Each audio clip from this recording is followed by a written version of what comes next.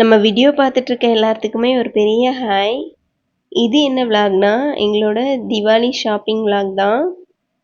தீபாவளி முடிஞ்சு 2 வீக்ஸ் ஆகுது. இப்போ ஏன் இதை அப்லோட் பண்ணியிருக்கேன் அப்படின்னா, இது அப்போவே அப்லோட் பண்ணணும்னு எடுத்தது தான். ஆனால் நாங்கள் தீபாவளியே செலிப்ரேட் பண்ணலை. அதனால இதில் ஷாப்பிங் பண்ணுற எந்த ட்ரெஸ்ஸுமே நாங்கள் வியர் பண்ணவும் இல்லை. தீபாவளியே இந்த வருஷம் கிடையாதுன்னு கூட சொல்லலாம். எங்களோட தீபாவளிக்கு ஒரு 2 நாள் முன்னாடி, தீபாவளி அன்னைக்கு, அதுக்கப்புறம் ஒரு 2 டேஸ் எல்லாமே ஹாஸ்பிட்டல்லையே முடிஞ்சிடுச்சு. இந்த வருஷம் தீபாவளி வந்து ஹாஸ்பிட்டல் தீபாவளி தான். அன்னைக்கு திடீர்னு ஆக்சிடெண்ட் ஆயிடுச்சு. காலில் வந்துட்டு சர்ஜரி எல்லாம் பண்ணியிருந்தாங்க. அதனால இந்த தீபாவளி எங்களுக்கு ஹாஸ்பிட்டல்லையே முடிஞ்சிடுச்சு. அதனால தான் இவ்வளோ நாள் வீடியோஸ் கூட நான் எதுவுமே அப்லோட் பண்ணல. இது ஆல்ரெடி எடுத்து வச்ச வீடியோங்கிறதுனால இன்னைக்கு வாய்ஸ் ஓவர் கொடுத்து நம்ம அப்லோட் பண்ணலாம் அப்படிங்கிறதுக்காக தான். ஏன்னா இப்போ தான் கொஞ்சம் நார்மல் ஆயிருக்கு வீட்டில் கண்டிஷன். அன்னைக்கு ஆக்சிடெண்ட் ஆன அன்னைக்கு அம்மா வீட்டுக்கு போனது, இப்போ வரைக்கும் அம்மா வீட்டில் தான் இருந்துகிட்ருக்கோம். இந்த வீடியோ வந்துட்டு ஃபோனில் இருந்ததுனால அப்லோட் பண்ணுறேன்.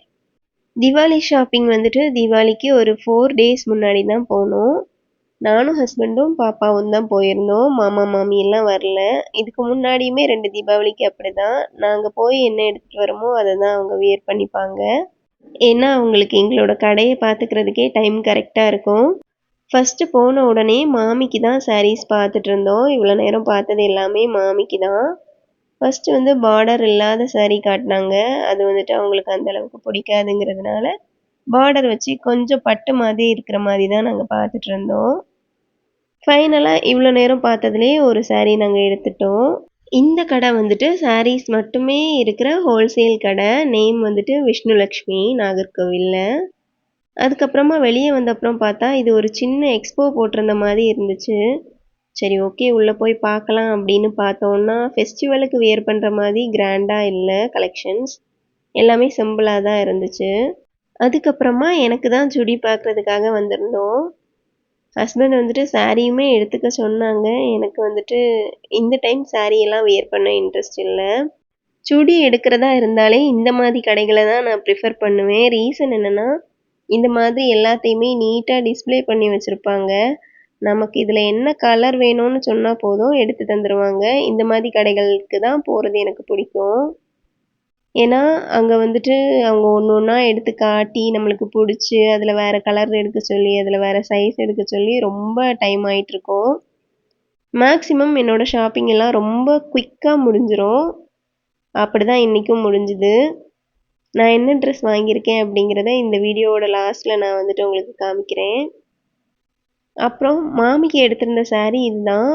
அதுக்கு மேட்சிங்காக மாமாவுக்கு வந்துட்டு வேஷ்டி சட்டை தான் பார்த்துட்டு இருந்தோம்.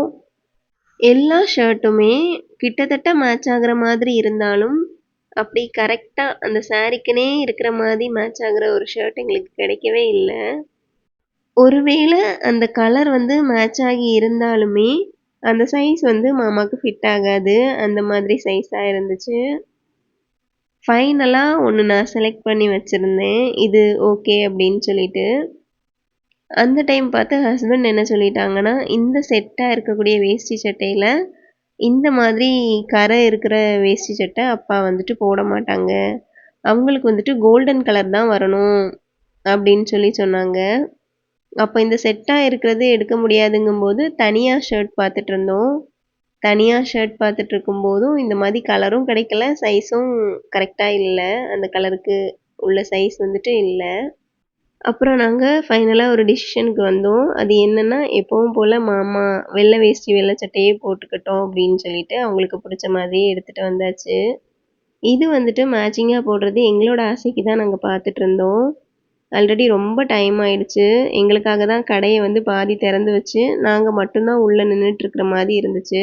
வெளியே வந்து பார்த்தா எல்லா துணி கடையுமே க்ளோஸ் ஆகிடுச்சு. 1-2 கடை திறந்திருந்ததுமே க்ளோஸ் ஆகிற கண்டிஷனில் தான் இருந்துச்சு. சரி வீட்டுக்கு போகலான்னு போயிட்டுருக்கிற வழியில் இந்த ஒரு கடையில் ஒரே ஒரு கிரில் மட்டும் அப்படியே உள்ளே ரொட்டேட் ஆகிட்டே இருந்துச்சு. எனக்கு கிரில்டு சிக்கன்னா ரொம்ப பிடிக்கும். சரி ஓகே அது எனக்காகவே வெயிட் பண்ணிகிட்டு இருக்கிற மாதிரி இருக்குது, எனக்கு வாங்கிட்டாங்கன்னு சொன்னோடனே அவங்க ஸ்டாப் பண்ணி எனக்கு வந்துட்டு ஒரு ஹாஃப் இல்லை குவார்ட்டர் மட்டும் வாங்கி தந்தாங்க. நான் மட்டும் சாப்பிடுற மாதிரி கொஞ்சமா தான் வாங்கி தந்திருந்தாங்க. ஏன்னா, நான் இங்கேருந்து போகும்போதே சாப்பிட்டுட்டு தான் போயிருந்தேன். திரும்பவும் ரொம்ப சாப்பிட முடியாதுங்கிறதுக்காக 2 பரோட்டா, அந்த சிக்கன் அவ்வளவுதான் வாங்கியிருந்தோம்.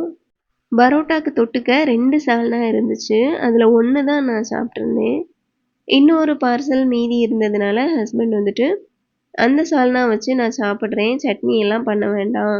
எனக்கு வந்துட்டு முட்டை தோசை மட்டும் போட்டு தான்னு கேட்டிருந்தாங்க. சரி ஓகே அப்படின்ட்டு அவங்களுக்கும் முட்டை தோசை ப்ரிப்பேர் பண்ணி குடுத்து, 2 பேருமே சாப்பிட்டு முடிச்சாச்சு. அதுக்கப்புறம் தான் நாங்க வாங்கியிருந்த ட்ரெஸ்ஸஸ் எல்லாம் ஓப்பன் பண்ண தொடங்குனோம். பாப்பாக்கு நாங்க இன்னைக்கு ட்ரெஸ் எதுவுமே வாங்கல. அவங்க தலையில வச்சிருந்த அந்த ஒரு கேப் மட்டும் தான் வாங்கியிருந்தோம் கடையில. ரீசன் என்னன்னா, எனக்கு வந்துட்டு தீபாவளி படி வந்துச்சு. அன்னைக்கு ஆக்சிடென்ட் ஆகுறதுக்கு 1 டே முன்னாடி தான் எனக்கு வந்துட்டு தீபாவளி படி கொண்டு வந்தாங்க. இது என்னோட 3வது தீபாவளி படி. படி பொருட்கள் எல்லாமே தந்து, பாப்பாக்கும் ட்ரெஸ் தந்து, எங்க 2 பேத்துக்குமே எங்களுக்கு புடிச்ச மாதிரி எடுத்துக்கிறதுக்காக பணமும் தந்திருந்தாங்க. எல்லாமே தந்துட்டு தான் மறுநாள் அண்ணி வந்துட்டு ஆக்சிடென்ட் ஆயிட்டாங்க. கால்ல 2 ஃப்ராக்சர் ஆனதுக்கு அப்புறமா சர்ஜரியும் பண்ணியாச்சு. பட் இந்த ட்ரெஸ் எதுவுமே நாங்க போட்டுக்கல. எங்களோட தீபாவளி ஹாஸ்பிட்டல்ல தான் முடிஞ்சுச்சு. ஆனா இந்த ட்ரெஸ் வந்துட்டு எங்களுக்கு ரொம்ப புடிச்சிருந்துச்சு. இது பார்க்கறதுக்கு வீடியோக்கு லைட்டா ஸ்கை ப்ளூ மாதிரி தெரியுது. ஆக்சுவலா இது வந்துட்டு ஒரு கிரீன். டிஃபரண்டான ஒரு கிரீன். ஸ்கை ப்ளூவும் இல்லாம, கிரீனும் இல்லாம ஒரு மிக்ஸட் கலர்னு கூட சொல்லலாம்.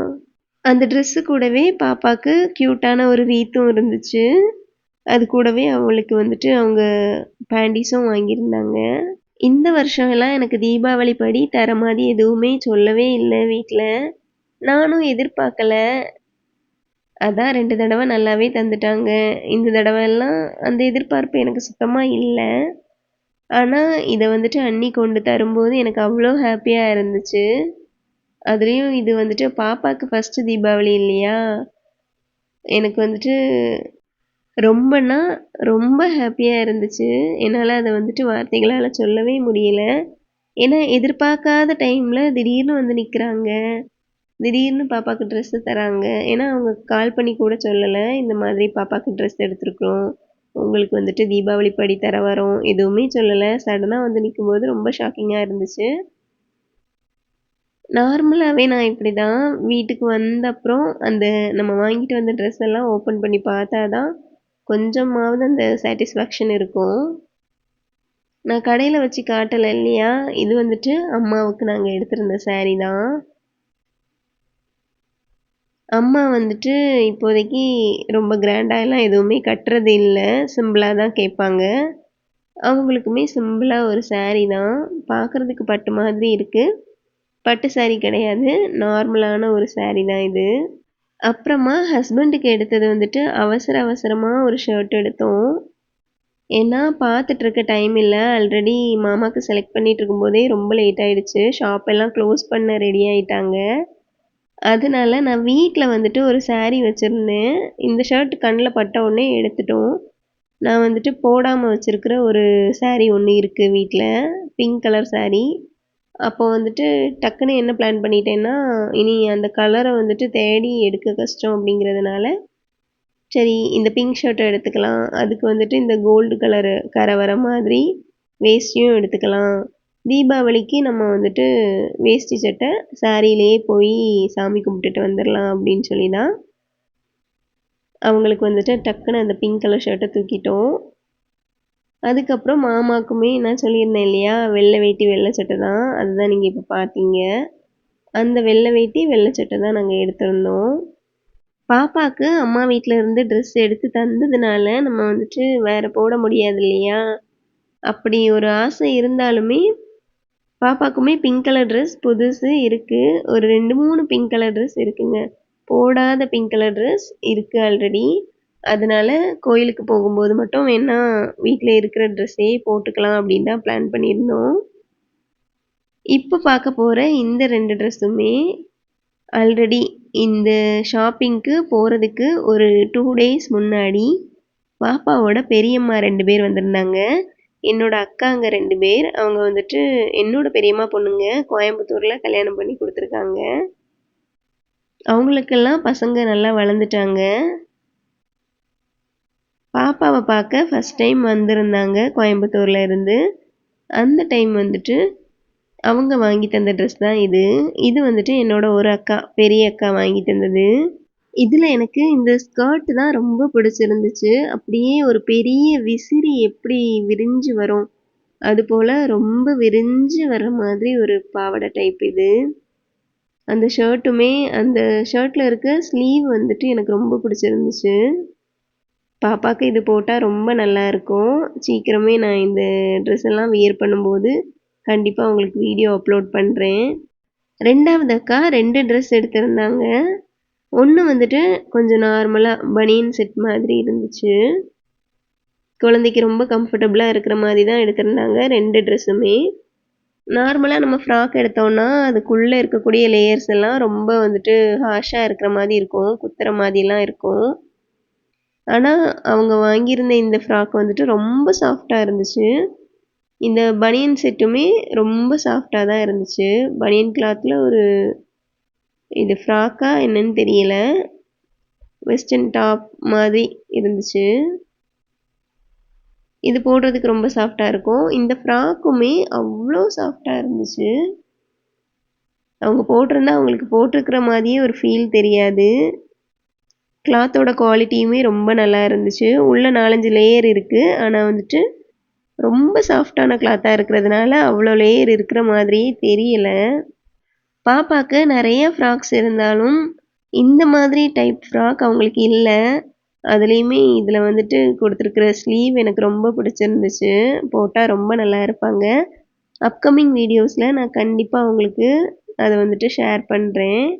அவங்களுக்கு தான் ட்ரெஸ்ஸஸ் நிறைய இருக்குது. கிட்டத்தட்ட ஒரு 20, 25 ட்ரெஸ்ஸஸ் இருக்கும் மொத்தமாக. அவங்களோட போடாத ட்ரெஸ் எல்லாம் போட்டு முடிக்கிறதுக்கே 1 இயர் ஆயிரும்னு நினைக்கிறேன். இந்த வீடியோ இதோட முடிஞ்சுது. இது மாதிரி மோர் வீடியோஸ் பார்க்குறதுக்கு நம்மளோட சேனலை சப்ஸ்கிரைப் பண்ணிக்கோங்க. தேங்க்ஸ் ஃபார் வாட்சிங்.